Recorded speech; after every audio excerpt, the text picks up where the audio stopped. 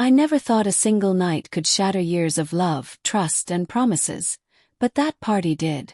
It started with a laugh, hers sharp and light, like the clink of champagne glasses, and ended with my heart lying broken among the shards of our future. I can still feel the music thrumming in my chest, the warm glow of the chandeliers, and the weight of her hand as it slipped from mine to rest a little too easily on his arm. The beginning of the end. We'd been engaged for 6 months, Sophie and I. 6 months of planning, of whispered dreams, of discussing the names of children we hadn't yet conceived. I believed in us, or at least I thought she did too. The party was hosted by her company, a celebration for closing a major deal. She insisted I come, saying, "Everyone's going to be there. I want them to meet the man I'm going to marry." I wanted to make her proud. I ironed my shirt, polished my shoes, even rehearsed polite small talk in my head. I wasn't much of a social butterfly, but for her I'd try. The room was crowded with executives and clients, all dressed in shimmering black and silver. Sophie, in a crimson dress that turned every head, looked like she belonged in a world of flashing cameras and whispered secrets. I stayed close, smiling when introduced, nodding when I didn't understand the business jargon. But then, something shifted. His name was Ethan. Tall, sharp suit, with a confidence that filled every corner of the room. He was her colleague, the one she always mentioned in passing, the one she only worked with on the marketing side. I noticed how her eyes lit up when she saw him, how her laugh, the one that had grown rare at home, bubbled up effortlessly in his presence. And then, as if I were invisible, she reached for his glass to sip from it, her lipstick staining the rim. "You two look close," I said lightly, trying to keep my voice from cracking. She glanced at me, barely pausing. "Oh, don't be jealous, it's just work stuff. Lighten up." Her tone wasn't playful. It was dismissive, like I was the one being ridiculous. The moment that changed everything came around midnight, when the music grew louder and the crowd thinner. I stood near the balcony, nursing a drink I didn't really want, when Sophie clinked her glass to get everyone's attention. "Everyone," she announced, her voice ringing with that intoxicating mix of charm and danger. "I have a little story about my fiancé here." Froze. She told them about the first time we met, how I'd spilled coffee on my shirt, how nervous I'd been on our first date, how I once called her 3 times in a row just to check if she got home safe. But her tone wasn't tender. It was mocking. Every detail twisted, exaggerated, turned into a punchline. People laughed. Ethan laughed the loudest. And there I stood, a silent prop in her comedy skit, my face burning while she carved away at my dignity for the sake of a few chuckles. When she ended with, "Sometimes I wonder how I ended up with such a clingy puppy," something inside me snapped.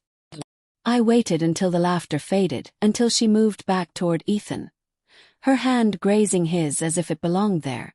My fingers curled around the engagement ring in my pocket, the ring I'd saved 3 months' salary to buy. I walked to her, my voice low but firm. "Sophie, can we talk? Now?" She sighed, like I was interrupting her evening rather than trying to save our relationship. "Not now, Ryan. Don't be dramatic." But I didn't wait. I took her hand, not gently this time, and led her toward the balcony, away from the music and the flashing eyes. "What the hell was that?" Yes. She rolled her eyes. "What are you talking about?" "It was a joke." "A joke? You humiliated me in front of your entire company." "Oh, come on. You're too sensitive." "It was just a bit of fun." "Fun for who?" I demanded, my voice trembling with a mixture of hurt and fury. "You made me look like a fool, and you didn't even care." She crossed her arms. "You're overreacting. Maybe if you were more confident, it wouldn't bother you so much." That's when I saw it, that cold flicker in her eyes. Not regret, not guilt, just contempt. The truth surfaces. I turned to leave, but then I heard Ethan's voice behind me. "Sophie, come back inside. Don't waste your night." Your night. The way he said it. The familiarity in his tone. And then I remembered the late-night messages she hid, the sudden overtime, The way she'd started locking her phone. My stomach turned cold. How long? Asked. She blinked. What? How long have you been seeing him? Her lips parted, then closed. Too slow. Too deliberate. That silence was my answer. The music inside swelled, people cheered for another toast, and there I was, standing on the balcony with a woman I thought I knew, realizing I'd been sharing my bed, my heart, my plans with a stranger. I reached into my pocket, pulled out the engagement ring and held it between us. You know, I thought this ring meant something. I thought we were building a life together. But all I've been building is a stage for you to mock me on. Her eyes widened. Ryan, don't make a scene. I laughed. A hollow, bitter laugh. A scene. You humiliated me in front of everyone. And now you're worried about a scene. I placed the ring on the table beside us. You want to be the star of the show, Sophie? Fine.